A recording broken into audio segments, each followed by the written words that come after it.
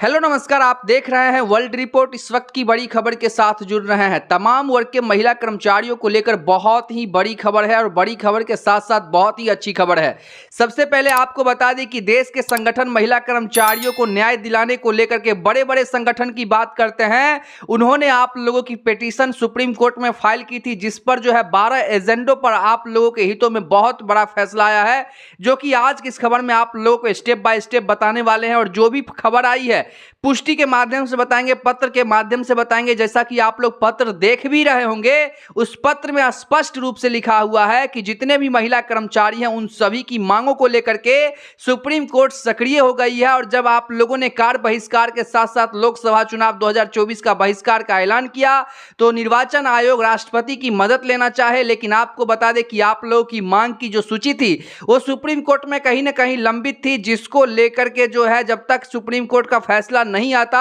तब तक राष्ट्रपति महोदया भी कुछ नहीं कर सकती, जिनको लेकर के राष्ट्रपति महोदया वेट करने लगी। और वैसे ही आपको बता दें कि सुप्रीम कोर्ट ने जैसे ही आप लोगों के हितों में जो ऐलान किया है, जो उन्होंने पत्र पारित किए हैं, वो बहुत ही अच्छा है और आप लोगों के हितों में बहुत ही जो है हेल्पफुल कह सकते हैं। जो महिला कर्मचारी तमाम मांगों को लेकर के जो धरना प्रदर्शन सड़क पर उतर के करती थी, उससे उनको निजात दिलाने को लेकर के सुप्रीम कोर्ट का अहम फैसला जो है बहुत ही सराहनीय है। आपको स्टेप बाय स्टेप हम बताते हैं, क्योंकि हमारे पास पत्र आ चुके हैं और जो भी खबर बताएंगे पत्र के माध्यम से बताएंगे, ताकि आप लोगों को भी ये नहीं लगे कि हम जो खबर बता रहे हैं वो झूठी खबर है या फिर डाइवर्जन खबर है। जो भी खबर है वो विभागीय स्तर से हमारे पास पत्र है और पत्र के माध्यम से बताना चाहेंगे। तो जैसा कि आप लोग देख रहे होंगे, सबसे पहले हम देश के बड़े बड़े संगठन जो महिला कर्मचारियों के हितों में लड़ाई करता है, आप लोग की आवाज को उठाता है, उसके बारे में आपको बता दें कि आप लोगों के हितों में जो है केंद्रीय ट्रेड यूनियन संघों ने तमाम महिला कर्मचारी, देखिए तमाम महिला कर्मचारी में अभी 3 फेज के महिला कर्मचारियों को लेकर के ही जो है फैसला आया है, जिसमें आशा, आंगनबाड़ी और रसोईया कर्मी, जो एमडीएम के रसोईया कर्मी है पूरे देश के, उन सभी के लिए है। बस 3 ऐसे आंगनबाड़ी सेविका, सहायिका, आशा और वर्कर्स है, और जो रसोईया की बहनें हैं उन सभी के लिए अभी की खबर है, क्योंकि आप लोगों को लेकर के ही जो सुप्रीम कोर्ट का फैसला आया है। बाकी पदों के लिए धीरे धीरे करके आएगा, लेकिन अभी 3 ऐसे पदों के लिए आई है, जिसके बारे में हम आपको बता दें कि रसोईया के संबंध में रीट संख्या दायर करते हुए माननीय कोर्ट ने कहा है कि निर्णय की जो है तक सभी रसोईया को मिनिमम वेटेज एक्ट के तहत जो है अनुसार न्यूनतम वेतन और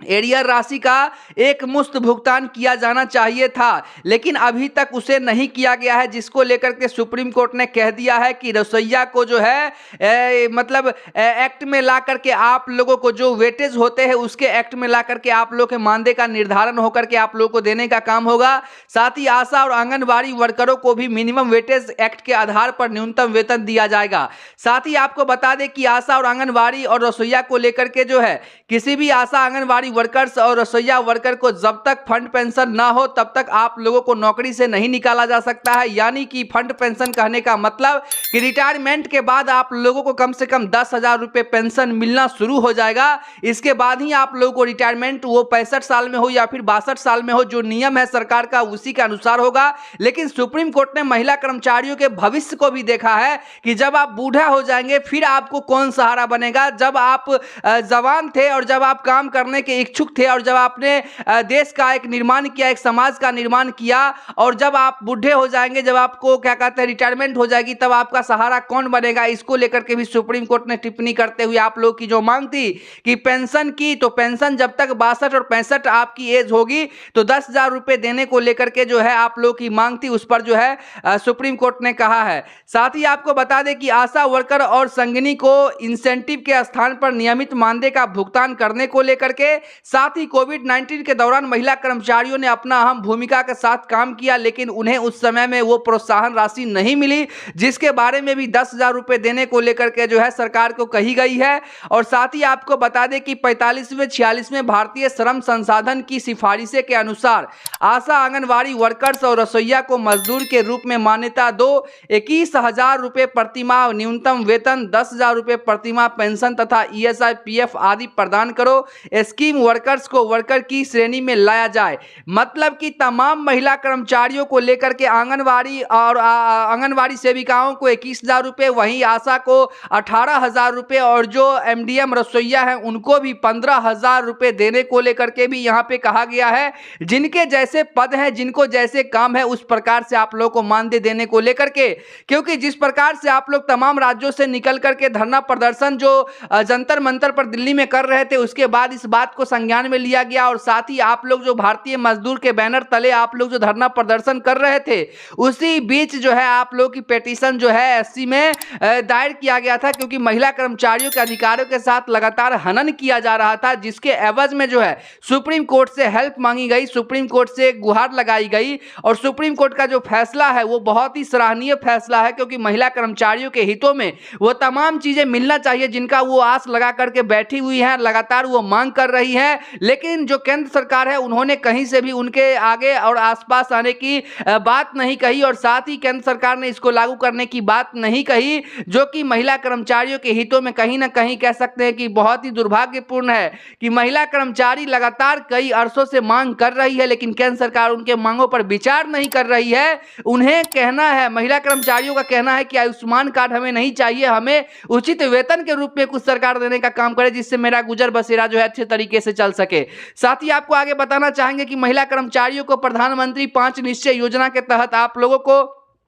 तमाम वो फैसिलिटी दी जाएगी, जैसे कि मौजूदा बीमा योजनाएं जो आप लोगों को मिला है, प्रधानमंत्री जीवन ज्योति बीमा योजना, प्रधानमंत्री सुरक्षा बीमा योजना, साथ ही आंगनबाड़ी कार्यकर्ता बीमा योजना, सभी में भुगतान सुनिश्चित करो। प्रदेश स्तर पर बीमा भुगतान हेतु नोडल अधिकारियों की प्रतिनियुक्ति भी की जाएगी, जो महिला कर्मचारियों को सुनिश्चित करे कि आप लोगों को जो मानदेय मिल रहे हैं सही से मिल रहे हैं, टाइम से मिल रहे हैं, जो भी आप लोगों के हितों में बीमा या फिर जो भी है कवरेज वो आप लोगों को सही से मिल रहा है कि नहीं मिल रहा है। इसको लेकर के नोडल पदाधिकारी जो है महिलाओं के सुरक्षा और महिलाओं के सभी चीज उचित तरीके से समय पर मिल सके, इसको लेकर के जो है तमाम जिलों में नोडल पदाधिकारियों की प्रतिनियुक्ति की जाएगी। साथ ही आपको बता दें कि आंगनबाड़ी भर्ती में भ्रष्टाचार रोकने के लिए मेरिट और आरक्षण का ऑनलाइन उपलब्ध कराया जाए। साथ ही आशा आंगनबाड़ी वर्कर्स और रसोइया के लिए जो है ऑल इंडिया सर्विस नियमावली बनाई जाए। साथ ही आशा आंगनबाड़ी वर्कर्स और रसोइया के वेतन और भत्ते जो लंबित बकायों का भुगतान तुरंत किया जाए। साथ ही सभी जो है योग्य आंगनबाड़ी वर्कर को प्री प्राइमरी टीचर के पद पर, आशा वर्कर को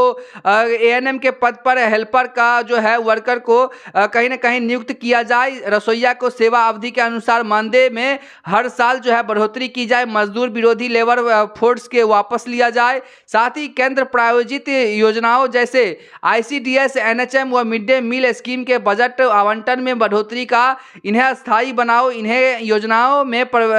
प्रशासियों को शामिल किए जाए। इसको लेकर के लगातार महिला कर्मचारियों के जो संगठन है उन्होंने सरकार से मांग किया था, लेकिन सरकार ने उनके मांगों को खारिज कर दिया था। लेकिन इसी मांग को लेकर के उन्होंने सुप्रीम कोर्ट में अपनी पिटीशन दायर की है। तो देखने वाली बात यही होगी कि जो DY चंद्रचूड़ जो अभी न्यायाधीश हैं वो क्या फैसला लेते हैं।